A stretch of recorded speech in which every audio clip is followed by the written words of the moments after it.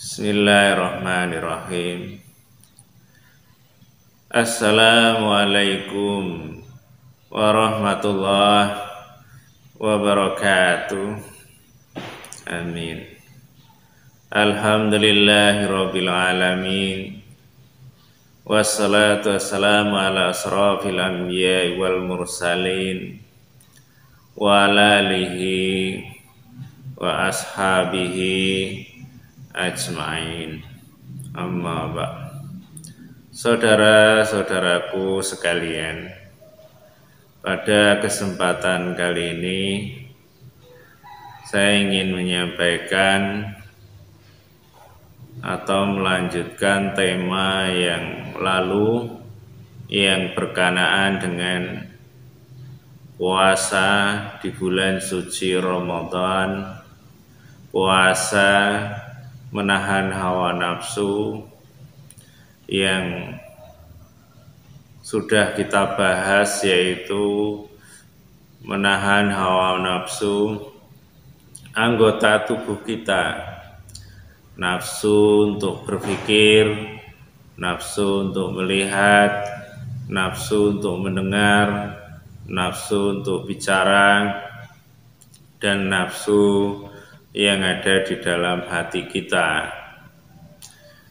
Dan untuk kali ini saya ingin menyampaikan tentang menahan hawa nafsu yang terkait dengan keinginan tentang barang-barang atau harta benda yang ada di sekitar kita. Bukankah kita ketika bulan suci Ramadan, di antara keinginan kita itu memberi barang-barang atau makanan untuk berbuka ataupun untuk makan sahur. Dan untuk membeli itu tentunya perlu biaya atau dana, dan dana itu juga harus kita ukur seberapa banyak penghasilan kita dan kemudian berapa yang sepantasnya kita keluarkan untuk biaya makan berbuka ataupun makan sahur. Karena jangan sampai kita belanja itu lebih besar biayanya daripada penghasilan kita. Karena kalau kita sampai melakukan seperti itu, berarti itu termasuk perilaku atau perbuatan yang berlebih-lebihan. Karena yang namanya berlebih-lebihan itu tidak baik bagi kita, dan itu di Al-Quran kita tidak diperkenankan untuk berbuat sesuatu yang berlebih-lebihan, apalagi berlebihan dalam arti mubazir yang akhirnya sia-sia.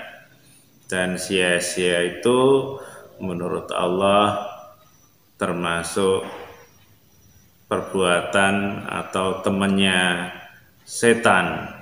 Maka untuk itu kita harus berusaha menghindari atau mempuasai nafsu keinginan kita yang terkait dengan harta ataupun barang-barang tersebut. Ya umpamanya kalau bulan puasa ini ya kita mungkin beli makanan untuk berbuka atau sahur tadi. Ya kalau kita itu ukurannya belanja itu ya cukup 50.000 sehari, ya seharusnya ya belanjanya tidak harus lebih dari itu, karena kalau lebih sehingga tidak ada yang makan, sehingga mubazir, tidak bermanfaat, maka apa yang kita lakukan itu bukan malah mendapatkan pahala kebaikan, bisa jadi malah mendapat dosa, karena kita telah melanggar ayat Allah yang lain, yaitu ayat yang menjelaskan tentang berlebihan tadi, atau ayat yang menjelaskan tentang mubazir.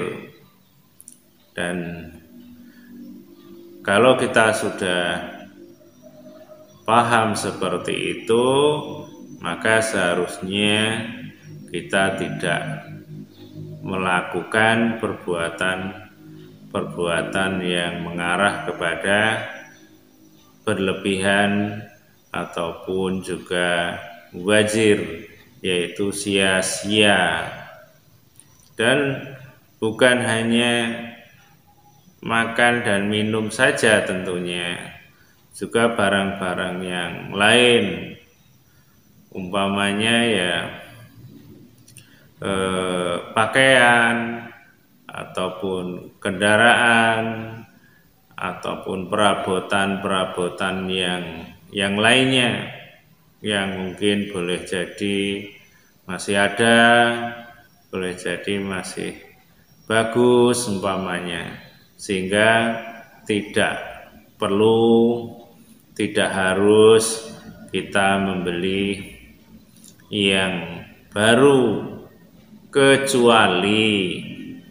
kecuali salah satunya ya kita punya dana yang cukup untuk membeli barang-barang tersebut, dan juga mungkin ada keinginan yang lain, umpamanya kendaraan motor.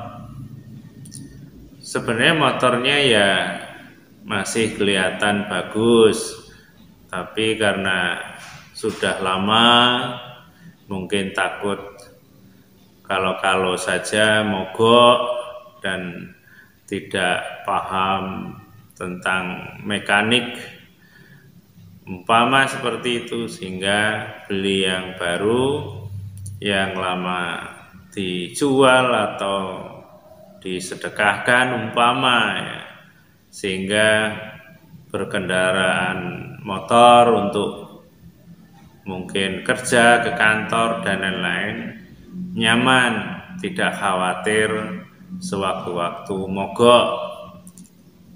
Karena kalau kita tidak paham tentang mesin motor, mungkin kalau mogok di jalan ya bingung mau diapain. Beda dengan yang mungkin dia paham tentang mekanik, tentang mesin motor, mungkin bisa dibenari sendiri, umpama seperti itu. Sehingga kalau kita sudah hitung-hitung dengan baik bagaimana caranya kita belanja, tidak melanggar ayat Allah tadi, yaitu tentang berlebihan ataupun perbuatan yang mubazir, itu salah satunya. Juga kita beli itu harus sesuai dengan kebutuhan. Kadang-kadang manusia ataupun kita membeli sesuatu itu kadang belum perlu atau tidak perlu, tapi hanya karena nafsu saja yang mendorong untuk membeli. Ya, bisa saja barang-barang itu barang-barang yang menurut orang lain ya dibutuhkan untuk orang lain, tapi mungkin kita tidak membutuhkan itu, atau butuh pun mungkin masih bisa diatasi dengan cara yang lain umpamanya. Jadi yang seperti itu pun kalau bisa kita juga menahan hawa nafsu untuk membelinya, kalau masih ada cara yang lain yang bisa mengatasi kebutuhan tersebut. Ini hanya umpama saja, karena kita berusaha untuk hati-hati agar jangan sampai puasa ini hanya mendapatkan lapar dan haus saja. Dan itu pun kalau kita renungi, boleh jadi banyak atau ada di antara kita atau saudara kita yang mempuasai bulan Ramadan ini yang tujuannya menahan hawa nafsu, malah yang terjadi sebaliknya, yang nafsu itu harusnya kita tahan. Bagaimana caranya agar tidak berlebih, tapi bisa jadi malah berlebih. Ya, anggap saja kembali kayak belanja untuk makanan. Kalau hari-hari di luar bulan suci Ramadan kita tidak puasa dan waktu makan itu lebih panjang, tidak ada halangan waktu, 24 jam boleh kita makan. Sedang di bulan suci Ramadan kita hanya dibolehkan malam hari dari maghrib sampai subuh. Anggap saja kalau sehari itu sehari semalam 24 jam dibagi 2, jadi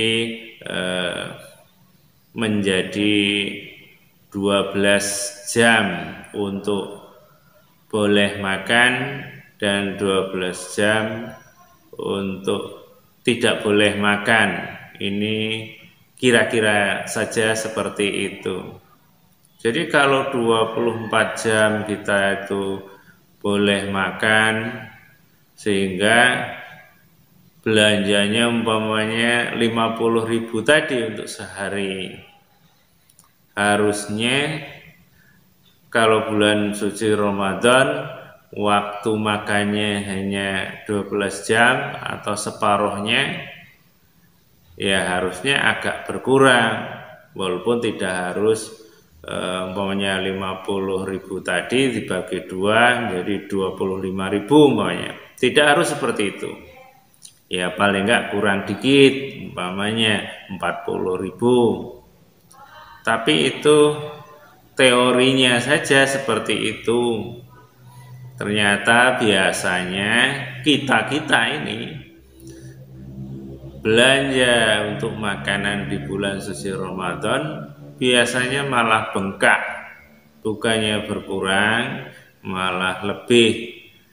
Nah itu juga boleh jadi itu sebuah persoalan, atau puasa kita masih perlu diperbaiki yang terkait dengan makanan tersebut, yang harusnya berkurang kok berlebih. Nah ini artinya perlu kita latihan lagi, latihan puasa yang sebaik-baiknya, dan bukan hanya makanan, mungkin belanja yang lain juga demikian, apalagi dikaitkan dengan bulan Syawal mau Lebaran, ya kan, sehingga keinginan itu banyak yang muncul, umpamanya ingin baju yang baru, padahal di lemari banyak bajunya dan juga masih baru-baru, bahkan mungkin ada yang hampir tidak pernah dipakai, dan itu juga terkait dengan nafsu kita ingin membeli, ingin yang baru dan lain-lain sebagainya. Bukan hanya pakaian, ya tadi juga mungkin kendaraan, mungkin rumahnya perlu diservis, bangkunya mungkin perlu diganti dan lain-lain sebagainya. Disitulah muncul nafsu-nafsu kita yang boleh jadi ditumpangi setan, yang seharusnya berkurang malah bermunculan di mana-mana yang kadang kita tidak sadari, sehingga puasa itu sebagai sarana untuk melatih diri kita, bagaimana kita bisa menahan hawa nafsu. Yang terjadi bukan melatih, kadang-kadang yang terjadi malah seperti harimau tidur yang dibangunkan, jadi malah bermunculan, kira-kira seperti itu. Nah, inilah yang harus juga kita ketahui, kita pikirkan agar puasa kita lebih baik lagi. Apalagi nanti puasa untuk tidak ria umpamanya, karena barang-barang yang kita beli itu bisa saja mengarah ke ria, bisa saja nanti mengarah ke sombong, bisa saja seperti itu. Anggap saja kalau dicontohkan lagi, ketika belanja di pasar, ketemu temennya, sebenarnya mau belanja cuman tempe umpamanya, tetapi temannya yang sebelah itu kok beli daging atau beli ayam, muncullah nafsu yang lain, nafsu gengsi, nafsu ingin lebih baik, sehingga kita juga ikut beli daging ataupun ayam, walaupun isi dompetnya ya pas-pasan. Nah, itu kadang muncul seperti itu, dan itu nanti ke barang-barang yang lain juga, karena ada kata gengsi tadi, malu temannya ininya baru, itunya baru, ininya bagus dan lain-lain, dan gengsi malu itu yang menjadikan alasan sehingga puasa kita itu semakin agak ada masalah yang perlu dibenahi. Nah, inilah yang juga perlu kita puasai, bukan hanya sibuk puasa tidak makan minum saja, terus hanya malamnya itu sudah tarawih saja, tidak, karena itu nanti akan muncul yang perlu kita puasai. Contoh lagi, kalau taraweh itu kan nanti juga muncul umpamanya kalau taraweh kita harus setiap rakaat 1 juz umpamanya. Nanti ada muncul nafsu yang lain, wah kurang, nanti kalau bisa 1 rakaat 1 surat yang panjang Al-Baqarah. Nanti muncul lagi, kalau bisa tarawehnya semalam khatam, dan berlomba-lomba dalam kebaikan kayaknya, karena di situ nanti bisa saja terselip yang sangat halus yang tanpa kita sadari, bukan karena ingin dekat kepada Allah, tapi karena ingin sesuatu yang sebenarnya bisa mengarah ke ria, mengarah ke sombong umpamanya. Karena dengan seperti itu tanpa disadari mungkin juga mencela yang apa itu sholat cuma 7 menit. Nah, sehingga muncul celah yang sebenarnya kita tidak dibolehkan. Nah, itulah yang perlu kita pahami, yang perlu kita kaji, kemudian kita berusaha untuk diluruskan kalau ada keinginan atau tujuan kita yang kurang pas, insya Allah seperti itu. Nah, apa yang saya sampaikan ini ya untuk kita semua, ya untuk saya, agar berhati-hati menjaga diri dari hal-hal yang bisa menjadikan puasa kita itu nilai pahalanya berkurang. Nah, itu saja yang bisa saya sampaikan, kurang lebihnya mohon maaf. Akhirul kalam, assalamualaikum warahmatullahi wabarakatuh.